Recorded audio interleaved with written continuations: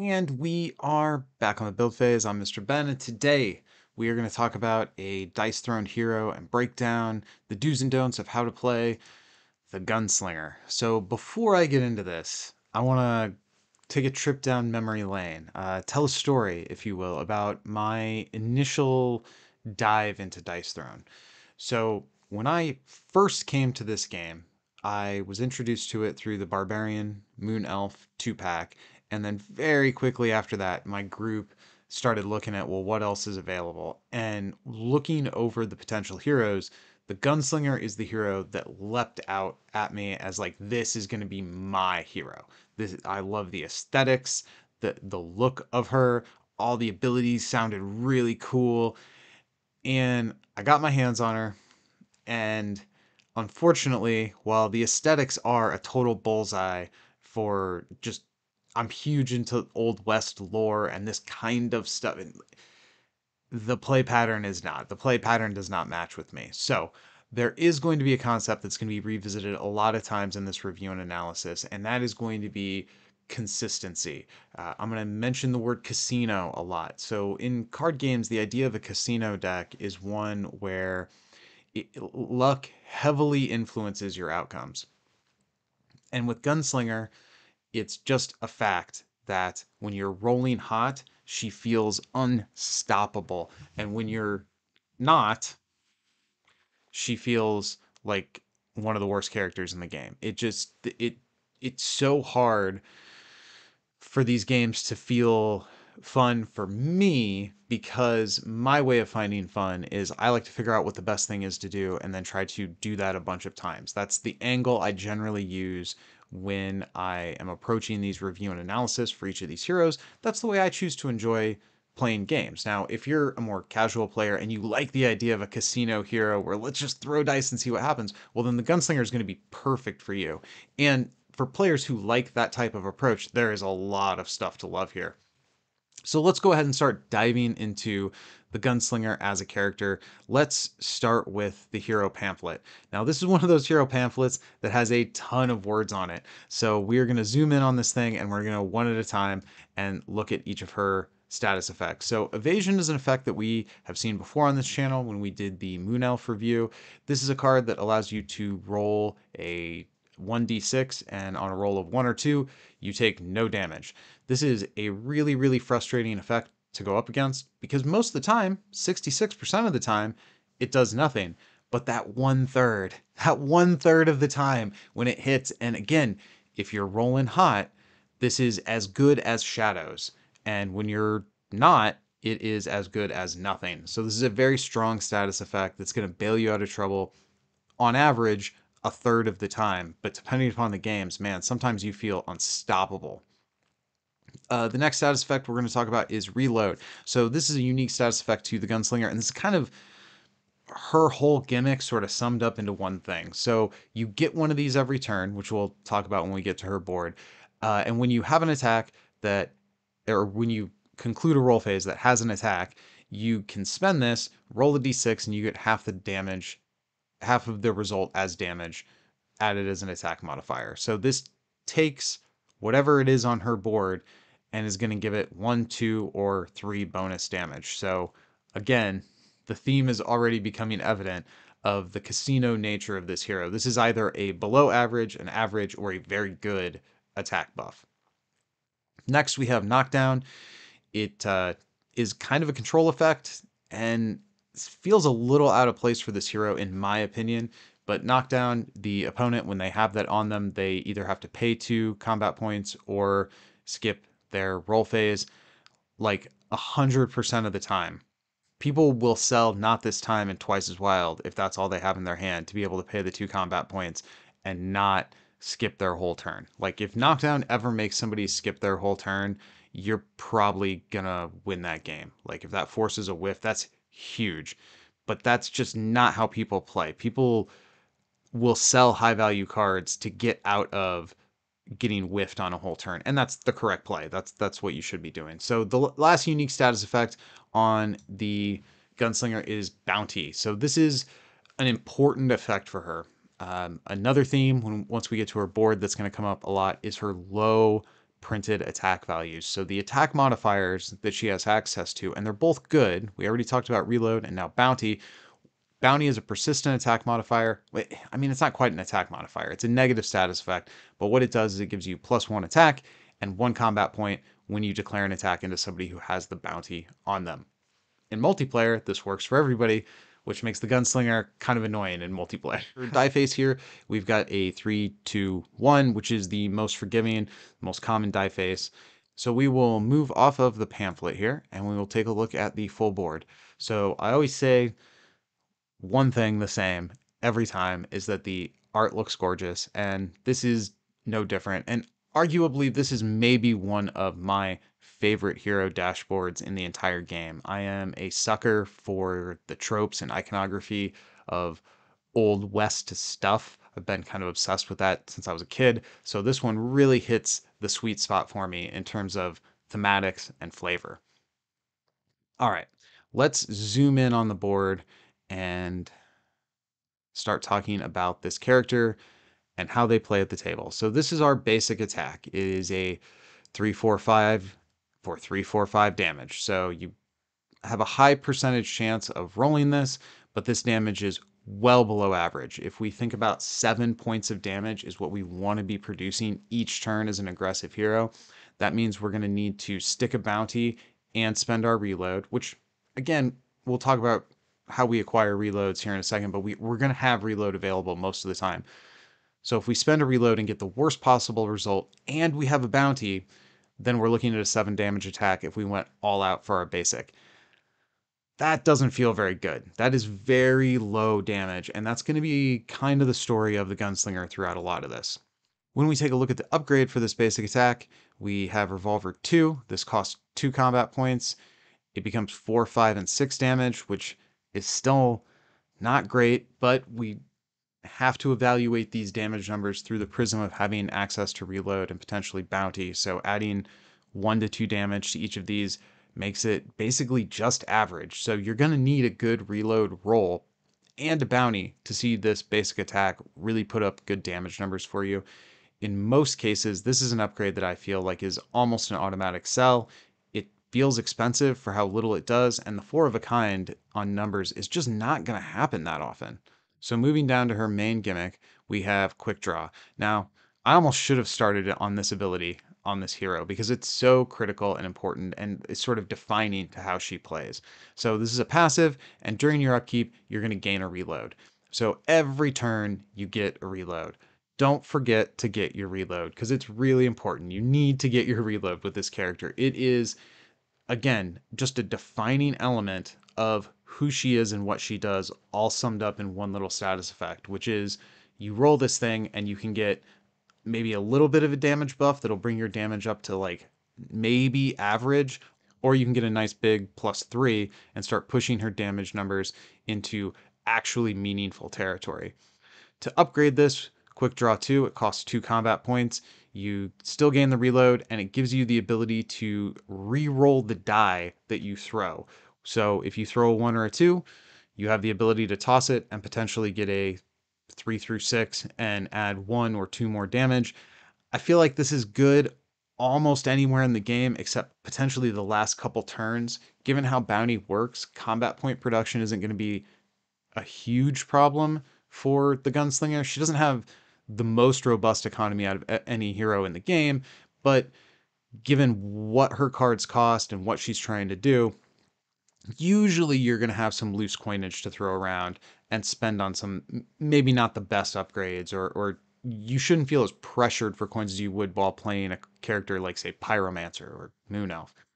So even later in the game, getting the ability to just make sure that those reloads, basically what this buys for you is a little bit more consistency on your defining status effect. So this is a card that I tend to buy anytime I see it, unless maybe it's the last turn of the game. But even then, as the kind of player that I am, liking the ability to build consistency into my heroes, this feels like something that could be the different. If I lose a game by 1 hit point, and that's because my reload rolled a 1 or a 2 and I sold this upgrade, I'm going to feel like I lost that game, like I gave that game away. So I think this is a pretty important upgrade, and I don't feel that way about a lot of the stuff on her board. Okay, so now we're going to move up to Bounty Hunter. So this is going to require 2 of her most common die face and 2 sixes. This allows you to inflict a bounty and then deal 1 undefendable damage. It almost feels undefendable to have a 1 on an attack like this. You're asking me to roll 2 sixes and then to, your most common thing, but 2 sixes to create an attack that deals 1 undefendable damage. What's going on here? Well, let's dive a little deeper into how the Gunslinger works. First of all, the bounty is going to get inflicted immediately. So you're going to gain a combat point, which is good, and that 1 undefendable damage is automatically going to become 2. Plus, you're going to have your reload. So you have the potential to add 3 more to it, at which point now we're looking at like 4 or 5 undefendable damage, and that's a much more defensible number. But look at all the work you have to do. Like, the reload roll needs to go well. It needs to have not been met with a bye, although, to be fair, if my opponent buys my reload on any turn other than coming in for lethal damage, I feel great about that. I do not think reload is a status effect that you should be wasting premium removal on. Like, bye. That doesn't need to be going on to reloads. Uh, but you're going to need to hit that roll.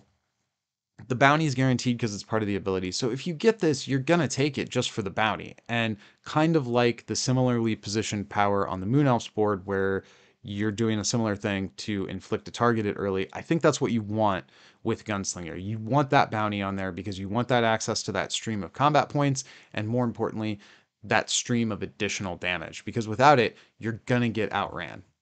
You just will get outran with this character because the printed values of her damage on her dashboard is not good enough to get you there. All right, let's take a look at the upgrade for Bounty Hunter. Let's take us to Bounty Hunter 2. It costs 1 combat point and deals 1 additional undefendable damage. For a cost of 1, I think this is probably worth it. Now, it's always good to sort of follow the advice of ArgonJedit. If you've read his strategy series on Board Game Gink, I'll have a link to that in the show notes below. His stuff is great. It really helped me when I was first learning the game.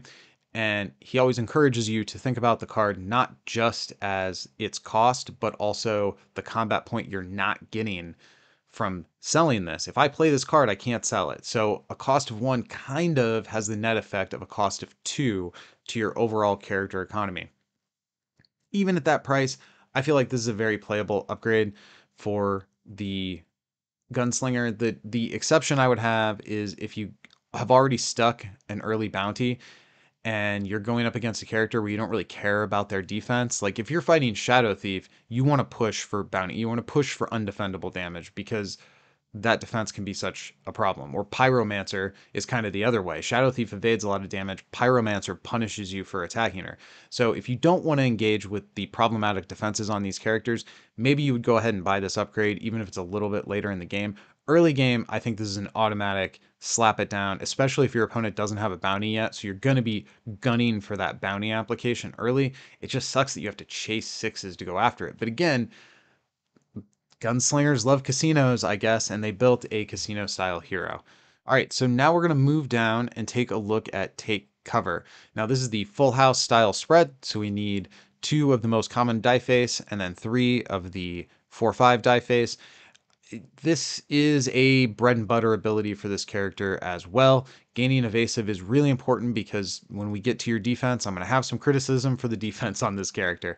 Her defense leaves some holes, some gaps, some things to be desired, and the evasive status effect can really help plug those holes and gaps. Now, evasive, anytime you have it, popping it is only a 1/3 chance, but on the 1/3 of the time that you hit that chance, you take no damage. And that's going to be a really big deal, especially in the more aggressive matchups. Like if you're trying to fight an Artificer who's trying to race you down or a Treant who's in damage mode.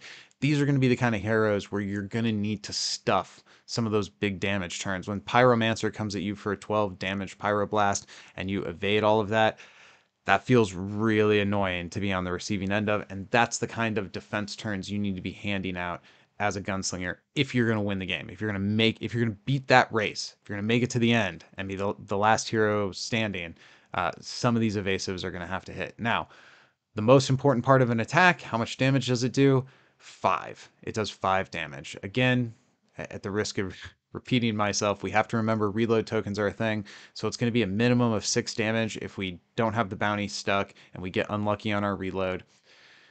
That's not very good. 6 damage is below the 7 that we really want to be shooting for. But once we have an application of bounty on there, or if we roll even a little bit lucky on our reload, well, now we're looking at 7 damage plus an evasion. I think this is a strong power. I think this is an attack you're going to be taking as the Gunslinger, not necessarily because it's like the thing you're shooting for or the thing you want, but sometimes the dice just come out that way.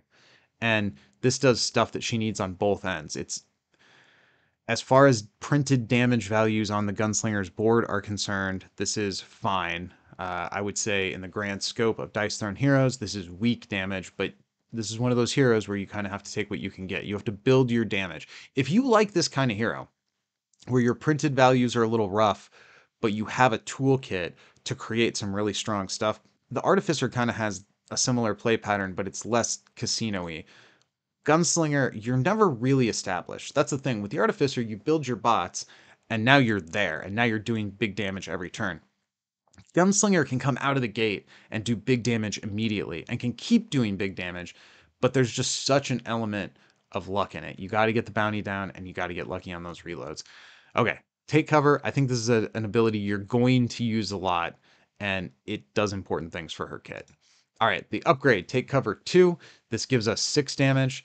It costs 2 combat points to get that 1 extra point of damage. And the Mark the Target, I think the only reason you would ever declare Mark the Target is if you were going for Take Cover and you couldn't roll it, or your opponent pushed you off of it with some kind of a dice change on something else.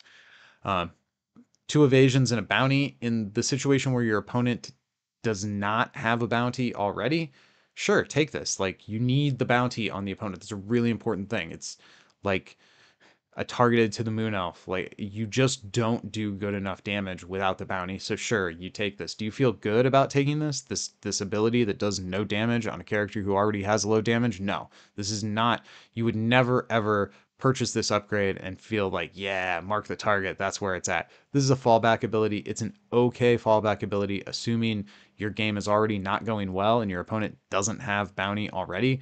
So it's like your primary strategy is failing and your specific turn tactic has failed and you've backed into this thing. So it's like there's a whiff and then there's a step ladder above a whiff, and that's Mark the Target. I don't really like this upgrade. I think this ability is important, but the cost of 2, again, I understand the Gunslinger is going to have more combat points than some other characters, and early game, getting that 1 extra damage on the take cover is probably worth it. But once you hit the midway to late game, depending upon how much pressure your coin purse is under, I'm not sure that this upgrade's worth it after like turn 3, turn 4. But evasive is really strong. I think this upgrade is generally probably maybe not the easiest sell in the game, but probably a sell. If you have surplus combat points, then you play it. But that's pretty much the only situation, in my opinion.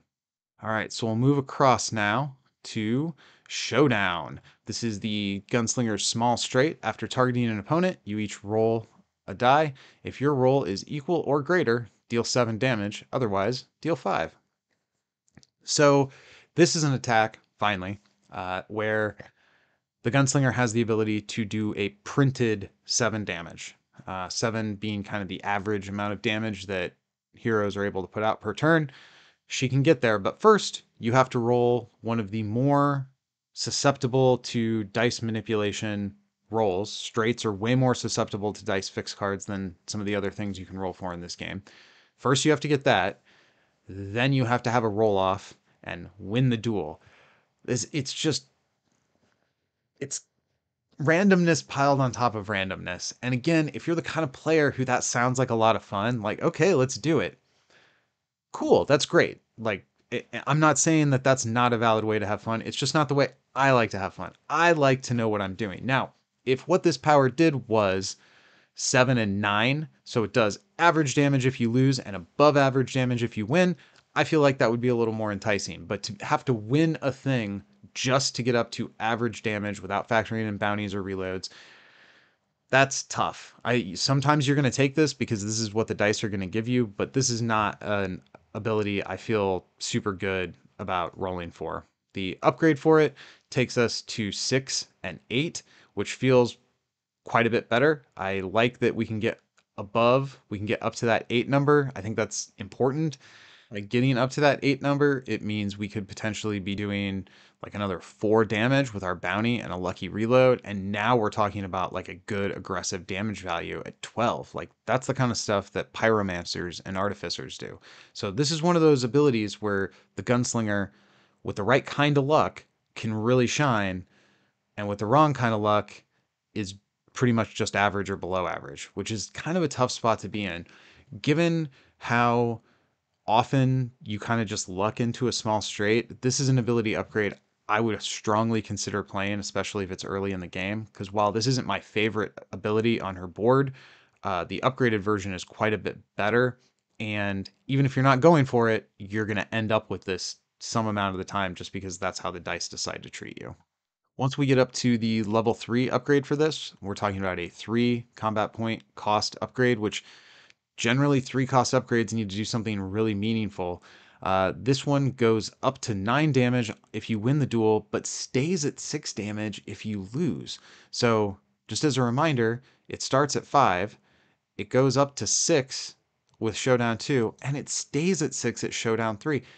I have to spend 3 combat points for this. Now, that is a meaningful bump on the dual winning side of it, like getting us up to 9 damage on the board without reloads, without bounties. That's pretty good, but it costs 3, and if you don't win that duel, so again, I don't want to come down on this and call it bad, because for the kind of players who like this like risk versus reward, this is a risk versus reward ability. This is not an ability I'm crazy about. I don't particularly like the amount of risk that goes into this, and the payoff, while it could be pretty large, it is going to require additional layers of luck for it to get real big, for it to get up into that like 12, 13 damage. You're going to have to also keep that bounty on them. You're going to have to also roll well on those reloads. So I don't think the 3 combat points is probably worth it for this one. I think I sell this probably most of the time, but I would consider the Showdown level 2 as a potential upgrade, especially if you get it earlier in the game, just because small straights are a thing we end up with sometimes, even if we don't want them. Okay, let's move down to Fan the Hammer. Now, Fan the Hammer is just basically all of my criticisms of Take Cover put into an ability. So Fan the Hammer does printed 7 damage, so we made it. We're at average damage on a printed ability for Gunslinger, and it gives us 2 evasions, which plugs that hole that our defense creates in our survivability. So it's doing really important stuff, but large straights can be, I mean, they're not the hardest thing to roll for, but if you're using all 3 rolls to get them, you're probably very vulnerable to even kind of weak dice manipulation. Like Tippet is devastating to a large straight. So this can be a more vulnerable thing to have to go for, which means you're not going to get it as often. But this is the kind of power. If we were able to consistently hit this, the games where you do consistently hit this, you have a stack of evasions. You get 3 pulls at the evasive lever every single time your opponent attacks you. You're dealing 8, 9, 10 damage with reloads and bounties. You're getting combat points off that bounty, and you just look unstoppable. Even if your defense rolls are terrible, it doesn't really matter if you're able to spam Fan the Hammers. The reason Shadow Thief is able to Fan the Hammer is because he draws 9,000 cards and has all the combat points in the world by the end of the game. Gunslinger is not going to be in that position. So you're relying on the casino luck of the dice to make sure that you're able to hit these powers. So in the games where you get it, you feel unstoppable. You feel like a dice thrown god. And on the games where you don't see a single large straight, it's frustrating to even have to look at the numbers on this. But it's like, I have this good ability that I never get to use. So what does the upgrade for this give us? All right, it costs 2. It takes us from 7 to 8 damage, which is quite good. Getting us to printed above average damage, I like quite a bit. Again, this can be kind of hard to roll for. And it adds Pistol Whip, so we need a 4 or a 5 twice, and we need a 6. We get Evasive, which is okay, inflict knockdown, which is okay, and then 1 undefendable damage. And again, I don't like seeing the number 1 printed on the damage values of any hero under any circumstances, but keeping in mind the bounty and reload economy, especially if you have a turn where you built up a reload, maybe didn't spend it, you get a power like this off, you pop both those reloads, now you're adding 6 damage, 7 with the bounty, now that's an 8 damage undefendable attack. That's pretty good. This is an upgrade that I think you want to strongly consider at any point in the game. The large straight is something you want. I don't know how hard you can chase it because, again, the economy for the Gunslinger is not the strongest, especially in terms of card draw.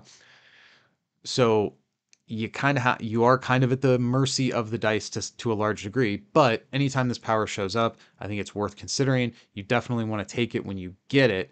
And the pistol whip upgrade, that's not that bad. 1/6, and then you have a 2/3 chance on each of the remaining 4 dice to hit the 4 or 5 that you need to fill this out, and then you have an avenue for undefendable damage that you can buff with your reloads and bounties.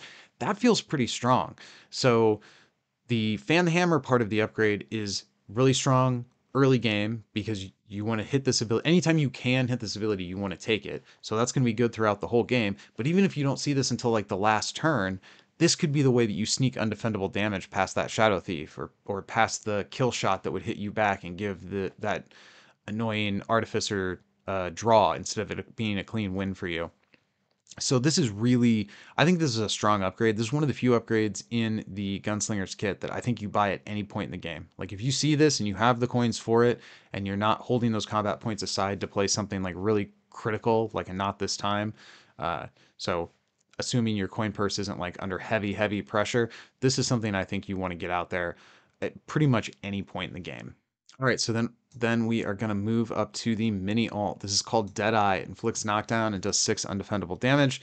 Again, printed numbers on the Gunslinger's board are all just a little below average. It would be nice if this was 7. Like, give me a 7 somewhere. But it is undefendable damage, and she has the built-in way to buff it up that we've mentioned repeatedly between bounty and reload. So if you get this, I feel like you probably go for it because that's good. Probably you're on this because you went for an ult and your opponent pushed you off of it with like helping hand or something. But yeah, this is a playable power. You do have to get lucky on those reloads for it to like really shine. Like if you have full luck on this, that's 9 undefendable damage with 1 bounty and a lucky reload. If you have another reload, now we're talking 12. If you're lucky on that one too, and that's great. 12 undefendable. That's like ult territory in terms of damage output. So like most mini alts, this one's something you'll take if you get it, and it has the ability to build it into something like really powerful. Looking at the upgrade, it bounces us up all the way to 8 undefendable damage, which is awesome. And if you could consistently roll this power, it would be something that I would strongly recommend. It gives you the micro ult of evasive, bounty, and knockdown on 2 opponents. So the multiple opponent thing doesn't matter unless you're playing some kind of multiplayer, in which case, cool. It's just one more way for the Gunslinger to make everybody at the table mad. Like bounty already, if you're the person with bounty on it, you're mad at the Gunslinger because everybody who's attacking you gets that attack buff. Sure, like I don't really like Enforcer. This, if it's all you have, it's what you'll declare. But I think if you've got a pair of 6s, there's better things for you to go on your board, especially if your opponent doesn't already have a bounty. If they do already have a bounty, man, then this just feels bad. This feels like a bad power. So I'm not super impressed with this upgrade. I think that's probably a pretty easy sell at just about any point in the game. All right, so now we'll move down to the defense. I've talked a little trash about this defense, but there are some good things about what it does. So you and your attacker each roll a d6. If your roll is greater, you choose to either deal 3 damage or prevent half damage, and if it is not greater, you deal 1. So the deal 1 back is almost irrelevant. Like that's not going to decide games the vast majority of the time. So it's the 3 damage and the prevent half. So in the kinds of matchups where you're in a hardcore damage race, this can be a way for you to stuff your opponent, or it can be a way for you to inch ahead on that damage race. 3 damage on return is pretty good, but you've got to win in order to get that. And you have less than 50% chance because you lose ties. So, too often this power just deals 1 damage, which is why I don't like it, and has a lot to do with why Gunslinger is not my favorite character. Once you get it upgraded, this costs 3, which feels expensive, but it's not as expensive for her as it would be for some other characters due to bounty. Like, she's got pretty good resources for generating additional combat points. Now, the important part of the text on this, if your roll is equal or greater, you can choose. So this lets you win ties. So this takes you from sub 50 to 50+% to actually win these things. Everything else stays the same. Uh, this is not my favorite defense. And I think this defense leaves a lot to be desired in terms of survivability and durability, which is why you rely so heavily on those evasives, which is why things like the large straight and to a lesser degree take cover are such important resources. So fill them with lead, requires all 6s, gain an evasion, inflict a bounty, a knockdown, 10 damage, and it doesn't give you a reload, which just feels like an insult. Like, why would this not give you an extra reload? So you get to re-roll that. So let's assume we hit a 3, or we hit the 3 damage numbers. We hit a 5 or a 6 on our reload roll, and we know we get the bounty, so that's going to be +4. So we're looking at like 14 damage and a knockdown and 1 evasive. This is, I mean, you always take an ultimate if you roll it, but this is a disappointing ult. For a character who relies so heavily on randomness and kind of being willing to just take what you can get, I would think when she is gifted by the dice gods a ultimate, that it would feel a little more ultimate. My guess is that the worry was a player who's able to sort of shrewdly save up some reload tokens and then go into this ultimate using cards that they had saved up. They manufacture this ult, and now they're giving themselves like +6 damage or whatever with reloads. Maybe that was the concern, but 10 damage printed like everywhere else on her board, it feels a little anemic to me. And again, this character does have ways to offset those low printed values on her board, but they require luck and they require setup. So while her flavor text says the gun is mightier than all of you, her printed values most decidedly are not mightier than all of us. So we're going to get the board out of the way, and then we're going to hop back into the card kit, and we're going to look at the rest of the Gunslinger's kit. So this is Wild West. It costs 1. You can spend a reload, and you can re-roll that die 1 time. If you do, add an additional 1 damage to the outcome. Yeah, so you're looking at turning 1 additional damage into potentially 4 additional damage. Like, that feels pretty strong.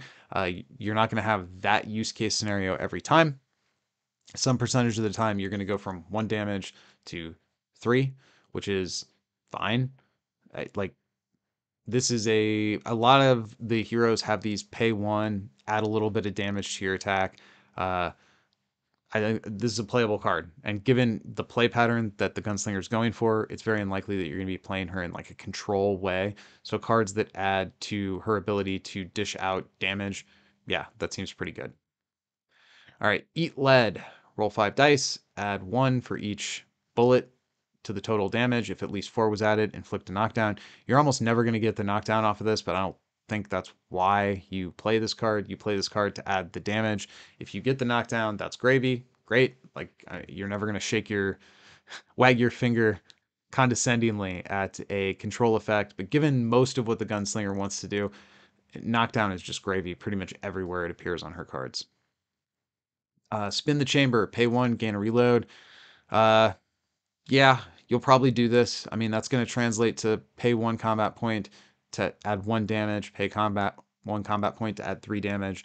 If the card just said that, pay 1, deal 3, we'd play that card all day long. Now, of course, reload, there's an element of randomness in between you and that 3 damage that we would all play all day long. But even if the card just said pay 1, deal 1, I think that's a card that is gonna see played rather than sold in a lot of games. So this is another card that I think definitely you're gonna play as the Gunslinger. All right, roulette costs 1, main phase. Choose a player and roll a d6. You can either deal 2 damage. You have a 50% chance to deal 2 damage, 1/3 chance to inflict a knockdown, and a 15% chance to inflict a bounty. If your target already has a bounty, I don't know that you play this card. If your target already has a bounty and a knockdown, you absolutely do not play this card unless you are trying for lethal and you're afraid you're going to die before the turn comes back to you. Um, but it only costs one. And with how many combat points you're likely to be generating with this character, I think you're probably going to have the one to spend on this. So again, I think this is a card you're going to play more likely than sell, but there are certainly situations where it feels pretty ugly. Like you could pay one, do nothing, and that sucks. And it's not just pay one, it's pay one, spend a card. So it's kind of like paying two to do nothing. So if your opponent already has a bounty and and that 2 damage isn't going to generate lethal, I'm not sure you should play this card. Like if they don't have a bounty, fine.